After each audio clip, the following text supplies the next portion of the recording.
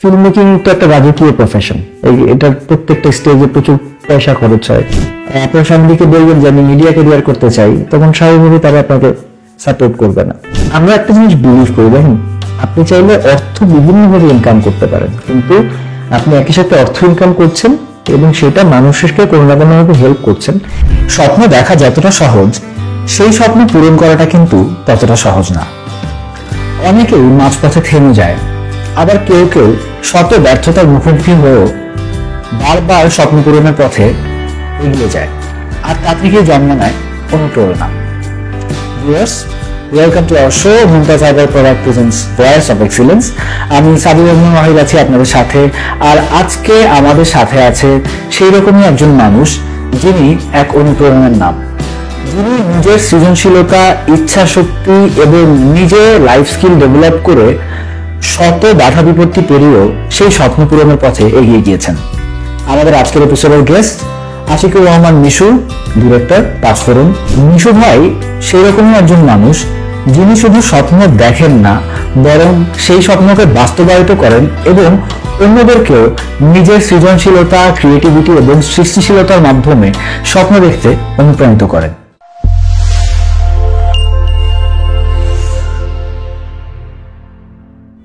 Viewers, আমরা আমাদের show interview সেগমেন্টে এখনই শুরু করতে যাচ্ছি। আমার আজকের এপিসোডের গেস্ট এখন আমার পাশেই বসে আছেন।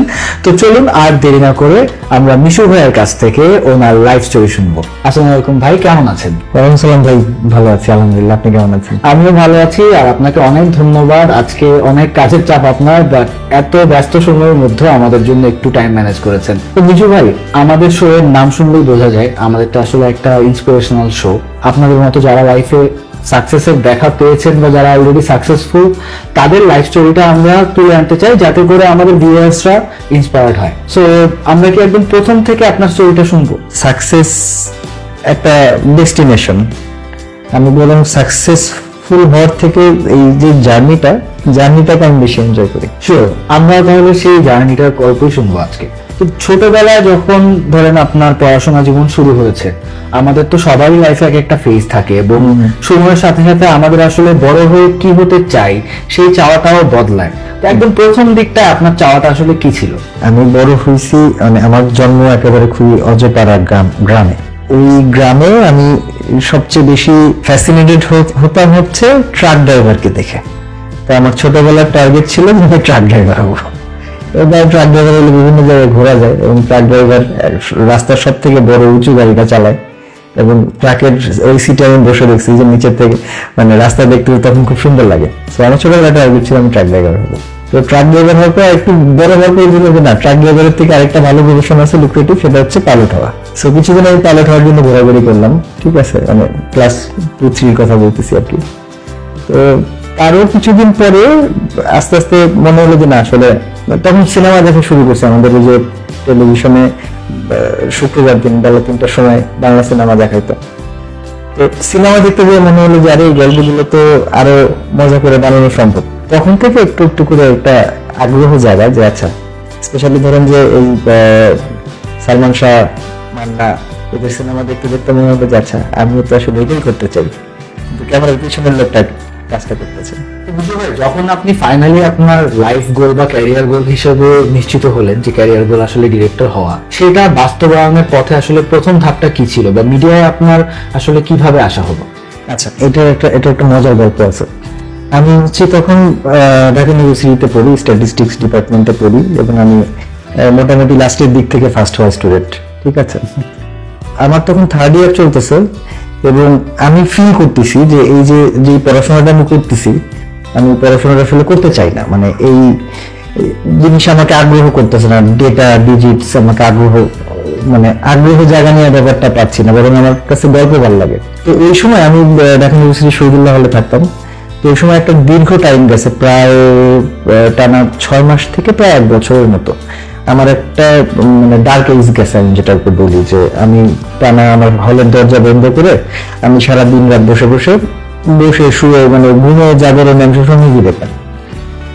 ওই যে মুভি দেখাটা, এবং তখন থেকে মোটামুটি আমার একটা জার্নি শুরু, মেন্টাল জার্নি, যে আচ্ছা ফাইন, আমি যেটা নিয়ে পড়াশোনা করতেছি স্ট্যাটিস্টিক্স এর মতো একটা কঠিন কঠোর মানে কাঠখোট্টা সাবজেক্ট, সেই সাবজেক্টটা নিয়ে না পড়ে আমি এমন একটা বিষয় নিয়ে কাজ করবো যে বিষয়টাতে আমি ইন্টারেস্ট পাই।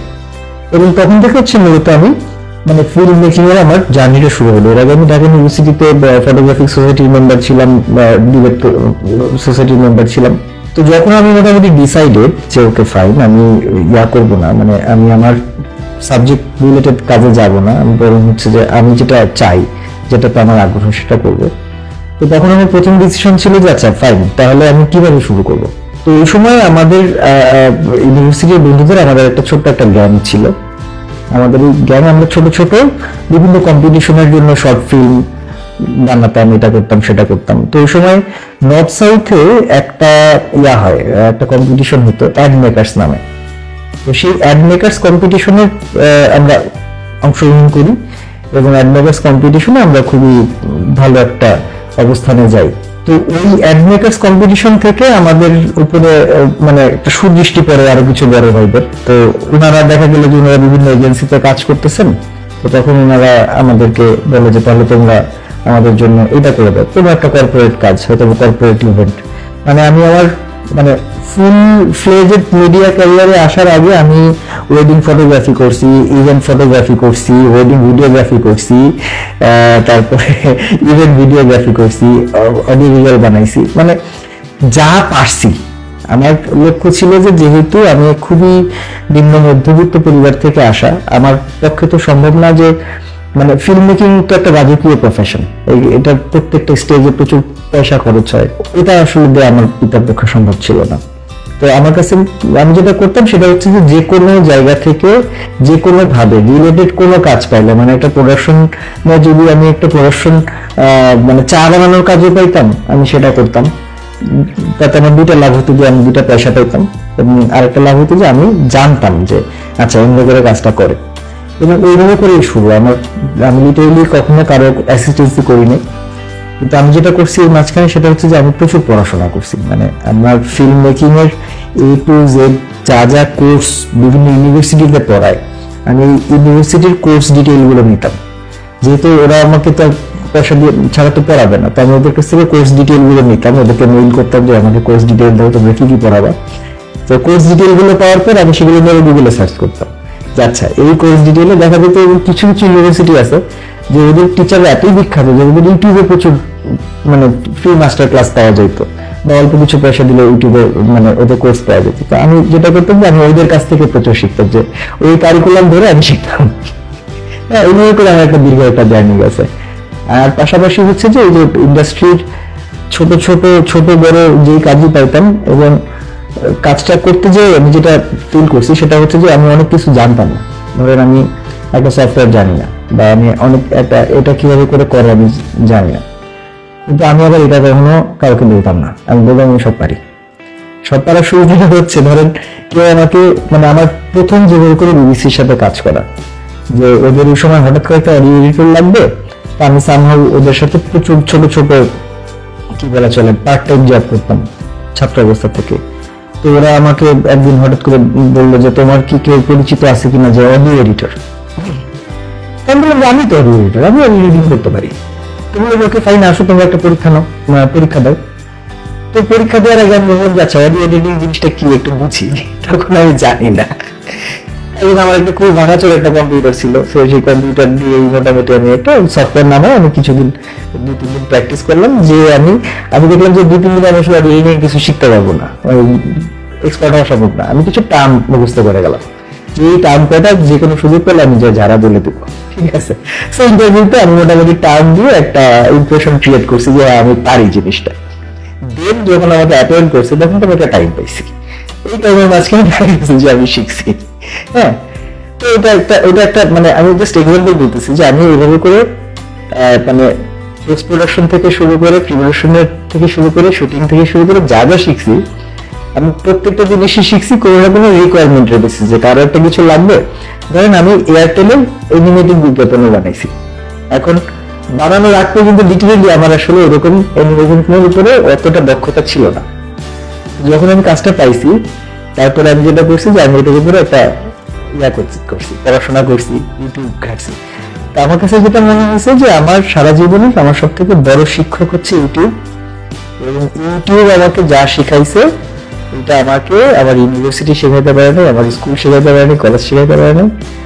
মিশু ভাই, আপনি বিবিসি মিডিয়া অ্যাকশনের সাথে as an audio editor first journey শুরু করেছিলেন, তারপর সেখান থেকে আপনি দীর্ঘদিন অ্যাজ আ প্রডিউসার এমপ্লয়েড ছিলেন, এবং এখন বর্তমানে আপনার নিজের একটি প্রোডাকশন কোম্পানি আছে যে কিনা বিবিসি ওয়াটার এইডের মতো এরকম বড় বড় সংস্থার কাজ করছেন।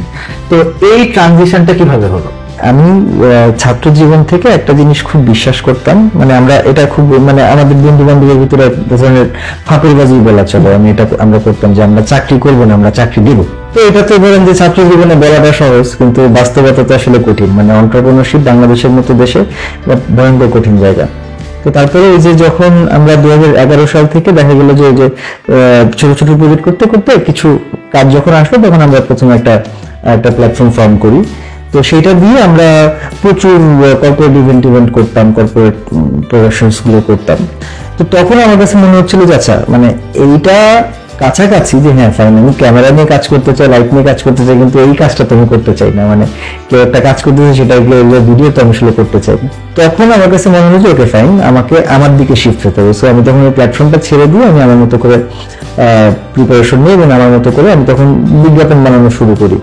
এবং খুবই কপাল ভালো বলা চলে যে আমি রেডির প্রজেক্ট দিয়ে আমার প্রথম বিজ্ঞাপনের হাতে করি।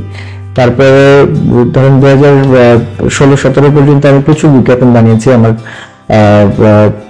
সময়কার একটা বিজ্ঞাপন খুবই জনপ্রিয় ছিল, যেটা বাংলাদেশে কমস অ্যাওয়ার্ড পায় 2017 সালে বেস্ট ভিউড বিজ্ঞাপন হিসেবে। এবং আমি ওই সময় গ্রামীণ ফোনের বিজ্ঞাপন বানাচ্ছি, আমি ওই সময় বাংলা লিঙ্কের বিজ্ঞাপন বানাচ্ছি। এবং এটা করতে গিয়ে হঠাৎ করে আমার কাছে মানে বেশ কিছুদিন ধরে খেয়াল করছিলাম যে আমার কাছে আর ভালো লাগতেছে না। ভালো লাগতেছে না বলতে, এই তেল সাবানের বেচা বিক্রি করতে মানে গিয়ে দেখা যাচ্ছে আমি আসলে মানুষের গল্প বলতে পারতেছি না, একটা মেকি জায়গার কথা বলতেছি। তো তখন আমার কাছে হঠাৎ করে একটা অপরচুনিটি আসে। অপরচুনিটি হচ্ছে যে বিবিসি মিডিয়া অ্যাকশন ওরা একজন ডিরেক্টর খুঁজতেছে, যে ডিরেক্টর বেসিক্যালি ওদের বেশ কিছু প্রোডাকশন বানায় দিয়ে, বেশি দিনের কাজ না, খুবই 3 মাসের একটা প্রজেক্ট। তো আমার কাছে মনে হচ্ছে ফাইন, 3 মাস তো মানে আমি যেহেতু কখনোই চাকরি করতে চাই নাই, তো 3 মাস হচ্ছে যে একটা ধরেন যে আমি একটা স্কুলিং টাইম চিন্তা করা হচ্ছে, বিবিসির সাথে 3 মাস কাজ করা মানে আমার একটা স্কুলিং হবে। সেই 3 মাস যে দাঁড়াইলো 7 বছরে, ঠিক আছে? কারণ আমি 3 মাস কাজ করতে যাই এবং জানি আমি তো মানে মানুষের গল্প বলতে চাই, মানুষের গল্প বলার জন্য তো আমাকে মানুষের কাছে যেতে হবে। সো বিবিসি মিডিয়া অ্যাকশন ছিল আমার একটা মানে ফিল্ম স্কুলের মতো। ওখানে একই সাথে আমাকে ওরা ফিল্ম শেখাচ্ছে, ফিল্ম বানানোর মানে মানুষের সাথে গল্প বলার বিভিন্ন টেকনিক শেখাচ্ছে, এবং পাশাপাশি আমাকে অভূতপূর্ব সুযোগ দিচ্ছে দেশের প্রান্তে প্রান্তে গিয়ে মানুষের গল্প শোনানোর। নিজেকে এবং আপনার প্রতিষ্ঠানকে নেক্সট 5 বছরে আসলে কোথায় দেখতে চান, বা আগামী 5 বছরে পরিকল্পনাটা কি? বাংলাদেশে পরিকল্পনা করে কোনো কিছু হয় না। মানে আমরা যা যা পরিকল্পনা করেছিলাম গত 3 বছরে, দেখা গেছে যে আমরা সব থেকে বেশি আনএক্সপেক্টেড ওয়েতে সব থেকে বেশি সফলতা পেয়েছি। আর লাইফ তো এমনিতেই এবং লাইফ তো অবশ্যই, হ্যাঁ। সো আমি পরিকল্পনার কথা বলবো না, বরং বলবো যে আমি আসলে কোথায় দেখতে চাই। 5 বছর হোক বা সেটা 10 বছর হোক, অস্কারের লাল গালিচায় বাংলাদেশকে আমি দেখতে চাই। সো সেটা আমার হাত দিয়ে হোক বা আমার অন্য কোনো কলিগের হাত দিয়ে হোক, আমাদের ইন্ডাস্ট্রির কারো হাত দিয়ে হোক, মানে বাংলা ভাষার বাংলাদেশের সিনেমা অস্কার বলেন, কান বলেন, প্রত্যেক জায়গাতে আমাদের এত চমৎকার চমৎকার গল্প আছে, আমরা কেন যেন বলে উঠতে পারতেছি না। আমার ধারণা সেই বাধাটা আমরা পেরিয়ে যাব, এবং আমরা এই গল্পগুলো সারা পৃথিবীতে ছড়িয়ে দিব। কোরিয়ান ইন্ডাস্ট্রি যেমন সারা পৃথিবীতে একটা ইউনিক ইন্ডাস্ট্রি হিসেবে দাঁড়িয়েছে, আমার মনে হয় বাংলাদেশ ইন্ডাস্ট্রির ইউনিকনেস আছে আলাদা একটা ইন্ডাস্ট্রি হিসেবে দাঁড়ানোর, অন্য সবার বাইরে গিয়ে আলাদা একটা ইন্ডাস্ট্রি। ইন্ডিয়ান ইন্ডাস্ট্রি যেরকম একটা সুযোগ আছে, বাংলাদেশের সেই সুযোগটা আছে। আমাদের এই সুযোগটাকে কাজে লাগানোর চেষ্টাটা করতে হবে। আমরাও আশা করছি আপনার দোয়া যেন অবশ্যই এবং আপনার চাওয়া যেন পূর্ণ হয়। আমরাও অনেক গর্ববোধ করব যদি আমরা দেখি যে বাংলাদেশের যে কোনো ডিরেক্টর অস্কারের লাল গালিচায় হেঁটে একটি বাংলাদেশের জন্য একটি অস্কার জিতে আনতে পারছে। আর বাংলা সিনেমার যে এখন উন্নয়নের ধারা এখন শুরু হয়েছে, যে এই পরিবর্তন আসছে, আমরা আশা করছি যে এই পরিবর্তন অব্যাহত থাকবে। এবং দর্শক, আমরা আপনাদের কাছেও আশা করব যেন আপনারা আমাদের পাশে থাকেন, যাতে আমাদের মিডিয়া ইন্ডাস্ট্রি বা বাংলা সিনেমা ইন্ডাস্ট্রি আরো ফ্লারিশ করে। তো মিশু ভাই, আরো অনেক কথা বলার ছিল, হয়তো সিটি এফএম এর পর্দায় অন্য কোনো শোর মাধ্যমে আপনার সাথে আবারও দেখা হবে। বাট আজকে যতদূরই শুনেছি আশা করি আমার দর্শকরা অনেক অনুপ্রাণিত হবে, কারণ আপনার কাছ থেকে আসলে অনেক মূল্যবান কিছু আমাদের দর্শকরাও জানতে এবং শিখতে পারবে যে লাইফে আসলে অবস্ট্যাকেল বা অনেক বাধা বিপত্তি আসবে, কিন্তু আমাদেরকে আসলে বের করতে হবে যে কিভাবে সেগুলো অতিক্রম করা যায়, কোন কোন লাইফ স্কিল বা কোন কোন স্কিল আসলে নিজের মধ্যে থাকলে যে কোনো অবস্ট্যাকেলই অনেক ইজিলি আই থিঙ্ক ওভারকাম করা যাবে। তো এতক্ষণ আমাদেরকে সময় দেওয়ার জন্য আমাদের স্পন্সর মুমতাজ হাইবার প্রোডাক্টের পক্ষ থেকে ছোট্ট একটি গিফট হ্যাম্পার। থ্যাংক ইউ সিটিএফএল 96 এবং মুমতাজ হাইবার প্রোডাক্টস। আপনারা আপনাদের ভালো কাজগুলো আরো বেশি চালিয়ে যাবেন এবং আমাদের সাথেও সহযোগিতাটা যেন কন্টিনিউ থাকে এই প্রত্যাশা করছি। আপনাদেরকে অসংখ্য ধন্যবাদ, আপনারা ভালো থাকবেন। জোহে আপনিও ভালো থাকবেন এবং আপনার এবং পাঁচফোড়নের জন্য অনেক অনেক দোয়া এবং শুভকামনা রইল। ভিউয়ার্স, আজকের মতো এই পর্যন্তই। আগামী সপ্তাহে আবারও দেখা হবে নতুন কোনো এক অতিথির সাথে, যার কাছ থেকে আমরা আরো অনুপ্রেরণাদায়ক গল্প শুনবো, যে আমাদেরকে আরো স্বপ্ন দেখতে অনুপ্রাণিত করবে। ততদিন পর্যন্ত সবাই ভালো থাকবেন, সুস্থ থাকবেন, সিটিএফএম 96 এর সঙ্গেই থাকুন এবং অনুপ্রাণিত হওয়া আর স্বপ্ন দেখা যেন চলতেই থাকে।